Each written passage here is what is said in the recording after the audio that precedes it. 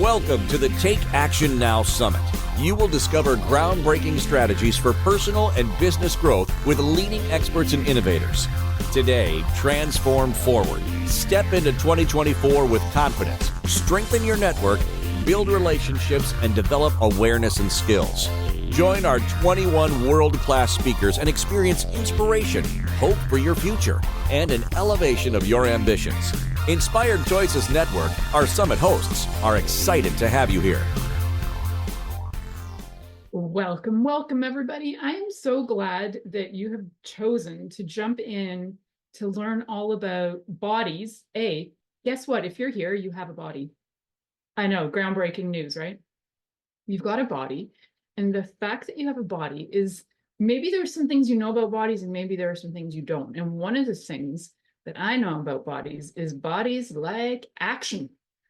And if you're thinking, oh, this is going to be a sex talk and that's all she's going to talk about, well, there might be some sexy talk in this. However, bodies liking action is actually a lot bigger than that. We're going to look at action with every letter of the word action, and we're going to break that down and see what is it that bodies actually like. And I know bodies like a lot more than what I'm going to be talking about, but these are some fundamentals of what bodies like. And one of the things that bodies like is activity. And I'm sure that you're like, oh, but my body is tired and I don't know, can I handle activities? I want you to get really clear on this concept. There are two kinds of activities: activities that are taxing and activities that are rejuvenating. And it's not about you have to's, it's about what rejuvenates you and what taxes you. And it's about pushing your energy and your focus in the direction of what rejuvenates you.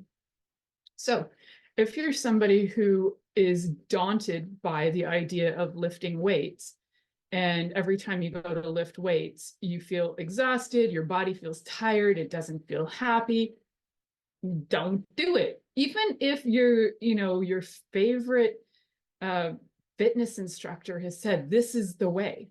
If your body's like, meh, it doesn't rejuvenate me, I feel actually exhausted after, don't do it. Your body will know what's rejuvenating. Another person could be lifting those same weights and feel afterwards, they may feel tired, they may feel a sense of fatigue from exerting some energy. However, there's also a sense of rejuvenation where your body feels alive and good and like, oh yeah, I did this. And those happy hormones are kicking in and the endorphins are like rushing through you. Activities that are taxing are going to be ones that if your whole day is stacked with taxing activities, you're going to end up probably going to bed not feeling very satiated. You're going to probably go to bed and have things on your mind where you're just like, I wish I could do this. I'd like to do this, because all you've done are taxing activities. Nothing has really brought any joy into your body and into your life. So let's bring on rejuvenating activities. And what are those? So to me, rejuvenating activities, whatever rejuvenates you, is self-care. That's as simple as it gets. So self-care can look different for everyone as long as it equals rejuvenation for you. So look at your life and look at your day.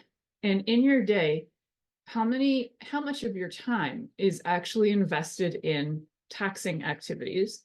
How much of your time is invested in rejuvenating activities? Now, you might look at it and it may be a scale for you where one weighs heavier than the other. Maybe the taxing activities weigh a lot heavier than the rejuvenating activities. And you're thinking, how do I ever get the balance?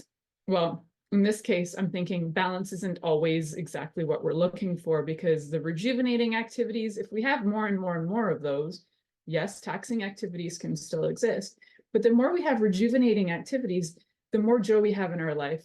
And the more joy we have, the more likely we are to feel excited about being alive, choose to wake up, choose to do things, and not feel like, oh, I'd rather just stay in bed. I don't really want to do that, and that. So there are sometimes taxing activities that you may have in your life that feel like obligations and requirements. And obligation, even that word, to be obliged to something, is quite exhausting. Even the word taxing, if you think about taxes, having and doing activities that are taxing takes away from you. takes away from your investment, right? So if you're paying your taxes at the end of the year, and you just put, where I live in Canada, you're just putting like 35% of what you earn towards your taxes. It can be daunting and almost like, why should I earn more if I'm just going to have it taken away from me? It's not exciting. Taxing things don't tend to be exciting, and they don't tend to be things that people jump for joy for. So the rejuvenating things, juvenation, just that word, right? Juvenile. It's a French word for youth. It brings the youth into you. So what do you want to do that helps you feel youthful, alive, and like excited for your day? And if you have nothing on your list that rejuvenates you in a day, you need to reevaluate. You need to add things into that list that are going to rejuvenate you. So keeping it really simple, you can just start to make a list and understand, what are the taxing things in my life? What are the rejuvenating things? Definitely weigh heavier on rejuvenation, as you can look at it as kind of like a balance sheet of your books in your business. It's like, if you have a lot of things going out, but not a lot coming in, you're going to have a lot of debt. And when it comes to bodies, you're going to have a lot of debt of energy. You're going to have a lot of debt of health. And so your body is going to feel exhausted, tired, and ill. And what you want to do is add the things that rejuvenate you, right?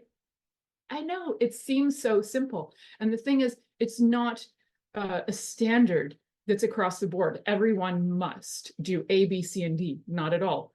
Because the things that excite me and rejuvenate me are going to be very different, maybe the same, who knows, that excite and rejuvenate you. It's to be aware of them. Like, I do not get super thrilled about doing dishes.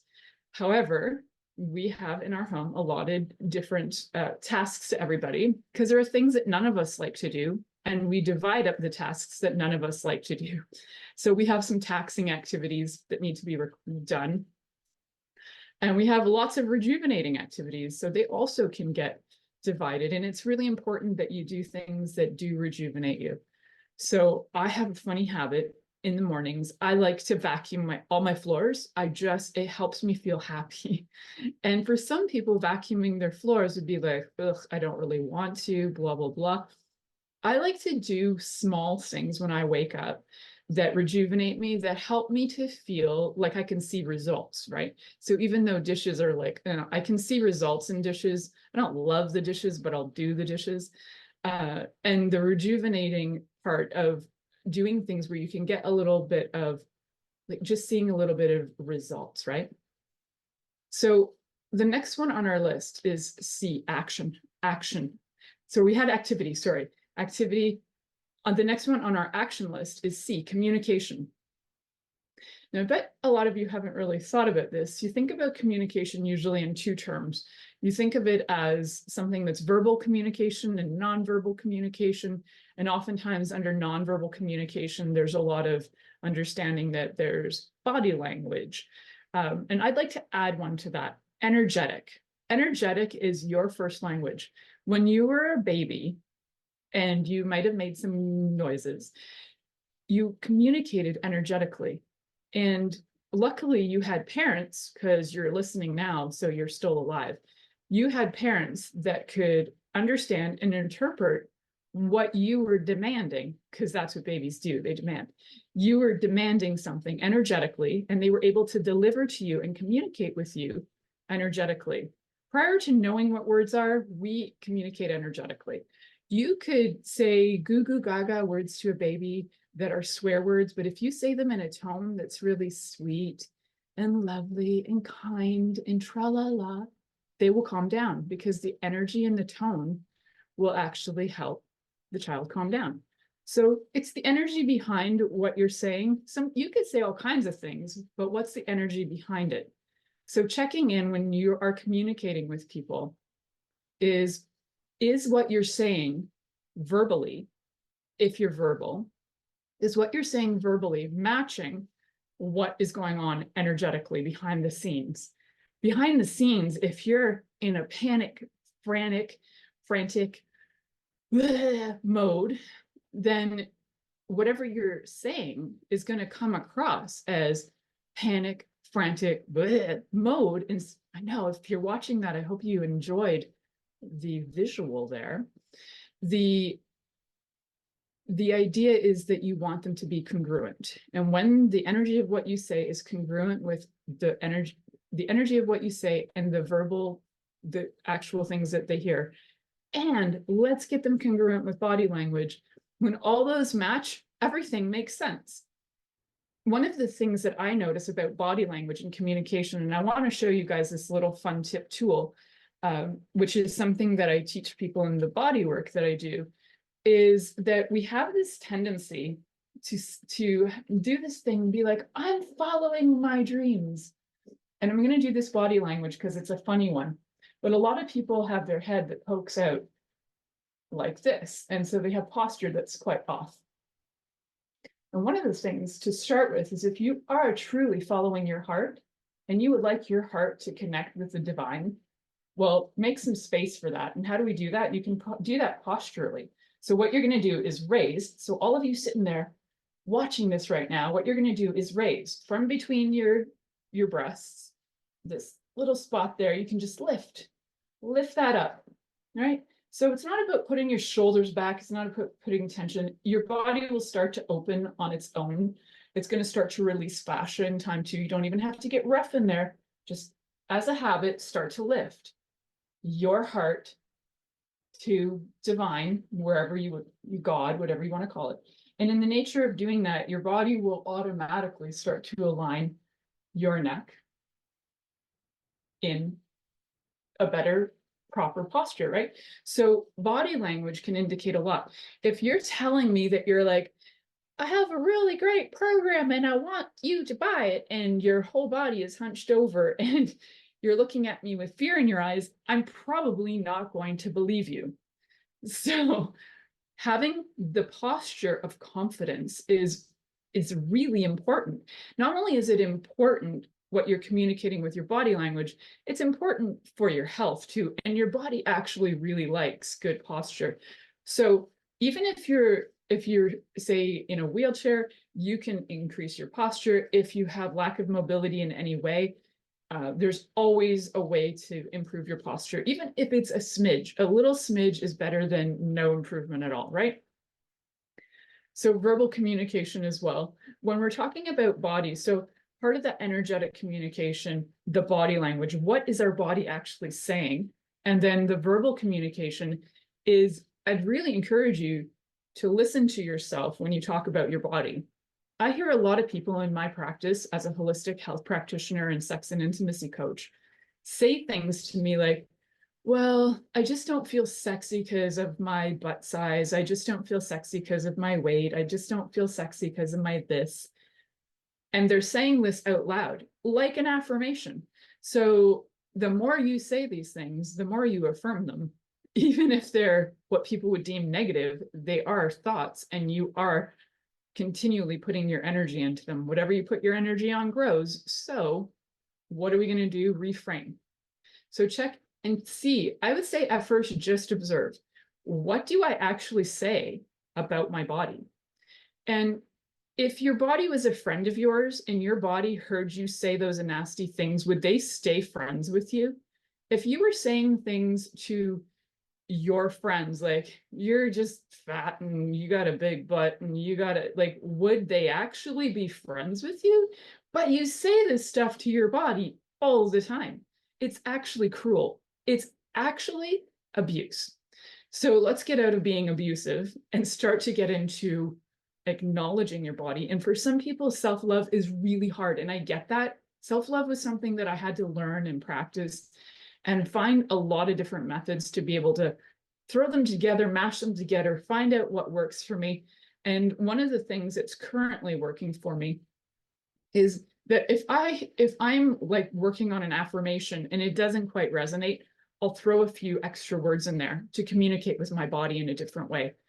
So one of the things that I'll communicate with my body, for example, is that if I'm like, oh, I'm feeling a little, I don't know, actually, I don't have a lot of that anymore, but I'll give you one from before, from when I was younger. I was like, oh, my boobs are so small, and that's not attractive, and that's not feminine. And then so the way that I would flip it would be to be like, I choose to know what feminine is for me. So it's not that I'm asking my boobs to grow, it's to know what is feminine to me, for me, and for my body to know how it can express femininity or masculinity, whatever it is, or both simultaneously, whatever floats your boat. So just check and see, like, what are you communicating? What are you actually saying out loud? I just want you to observe for now. There's a lot of things you're communicating to your body out loud, energetically, and with body language. The next part of action is T, tenderness, touch. And there are methods that talk about the 5 kinds of touch. And I think it's a really cool way to observe and learn about touch if touch is something new to you, or if you feel like you have an aversion to touch, or if you're like, no, I love touch. And you might love touch, but then you start to find there are different kinds of touch, and some touches like not so much, and some other touches like really yummy. So let's look at, and I've redefined them, I think, in my own words, because I've been playing with them for a while, and I don't think I'm actually saying them exactly as how I learned them. So number 1 is erotic touch, because why not start with erotic? So I remember this as email, because it doesn't, because that's how my brain works, but it's not email, it's email. So erotic touch is usually where you're being more sensual, there's stroking, there's all kinds of, and so erotic can also be more a little bit on the kinky edge as well, without impact, because we will talk about that. So then we've got the M. M is like deeper, it's massage, it's when you're getting into the muscles, it's a much deeper touch. Then we've got light touch, which can be sort of erotic at times too, because some of these cross over. You can have just light touch where you're just patting, maybe slightly lightly stroking. We have energetic touch, which is usually a hovering over the body, or even from a distance. You can even have that connection with people from across a room or even across the world. You don't actually have to be in the same room with energetic touch. It's super magical that way. And you'll know that too, because sometimes there'll be people that you're thinking about and you're like, wow, I was just thinking about you. And they're like, whoa, I was just thinking about you. And the energies match. Why? Because we are like antennas, and information is going out of us constantly, and we're receiving information and we're putting out information. So these things are synchronistic in a way. So we got the light touch, we've got the energetic touch, and then we've got impact. So impact is like impact play from the kink world, the BDSM world. And impact is actually an impact. It's like spanking, slapping, touching. All of this touch, by the way, requires you to actually have consent. So ask, even if it's light touch, ask for consent, because as an autonomous being living in my body, I prefer that somebody asks me rather than assumes that they have autonomy, that they have possession over me, that they own my body. I like to have permission. And even when I work on people, I do ask permission. They've come to me and they're paying me to be touched, but I'll still ask, can I work on you? Can I touch you? And I need to touch you here. Is that okay? So those are some 5 kinds of touch. And I do know that there are other methods of discussions that have gone on with different other like layers of touch, and combining those. I think it's just really easy to put them all into that category of those 5 main ways of touching. Then our next one is introspection. And that's a deep one, right? That's for the deep thinkers out there. That's for the people who like to look at their emotions and their mind. And it's really important because bodies love it when you actually take the time to stop and sense yourself. Check out, what are your thoughts? Check out, what are your emotions? Where are they sitting? Do you have happiness in your vulva, and do you have anger in your left elbow? What's going on? Do you feel like a jumbled pile of emotion? And when people often do feel like a jumbled pile of emotion, a really cool thing to do is just see what parts of the body have different feelings going on, because you're often jumbled. There's probably maybe 35 emotions happening in your body. and they're all different. They're all over the place. And then you're feeling all over the place. So being able to take a moment to just check in. And it's another one of those things where, how do you get into introspection? There is a great teacher that I have. His name was Robert Tennyson. And what he taught was to do 5 things to get in touch with your body. To just say these 5 simple things. You can add to them, but one of them is, I love. And your body starts to calm down. I touch. And you can actually touch yourself. I breathe. I stay. And I feel. And that will get you present incredibly fast. And when you are present, you can do that introspection to be able to check what's going on. And sometimes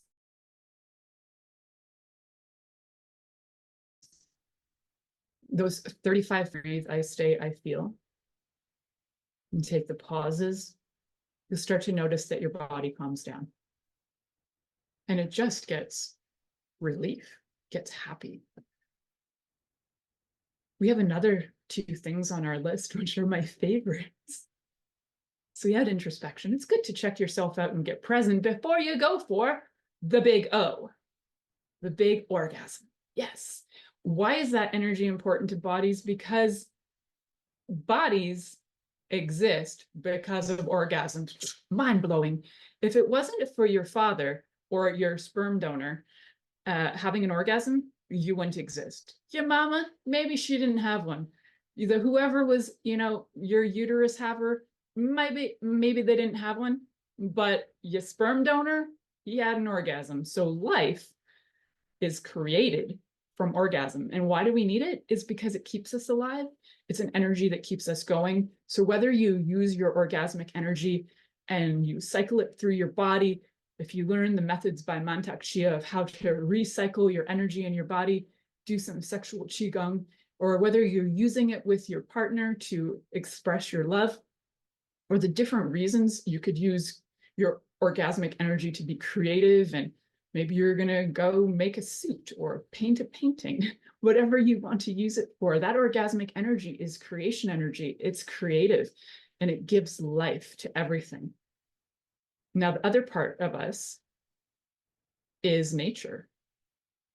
Our bodies actually like nature, even for some of you who are like, I don't really like going in the woods.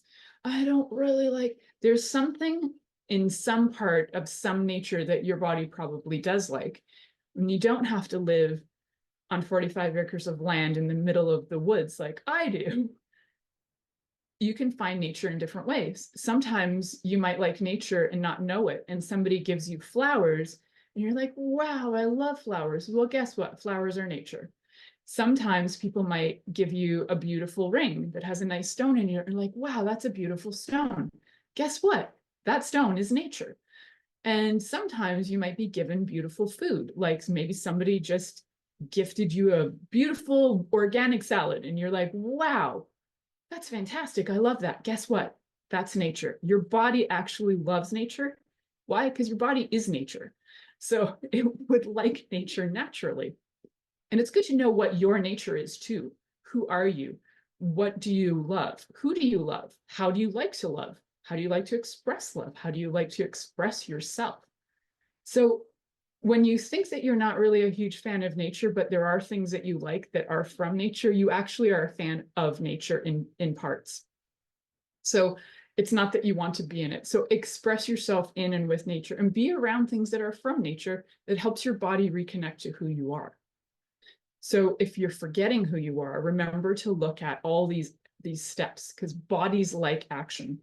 What are the things that maybe you're missing or lacking, and you can start to take action. And remember to get that heart to heaven. Get your head out of your heart's way. Start connecting. Your body's going to thank you for it. I'm going to thank you for it. And the rest of the world's going to thank you for it. I want to thank you all for being willing to take action. Thank you for joining this inspirational talk on the Take Action Now Summit. Inspired Choices Network and our expert speakers are excited to connect with you and learn about your desires to evolve and grow in 2024. If you'd like to learn more about everything Inspired Choices Network offers, including future summits, please email us at info@inspiredchoicesnetwork.com.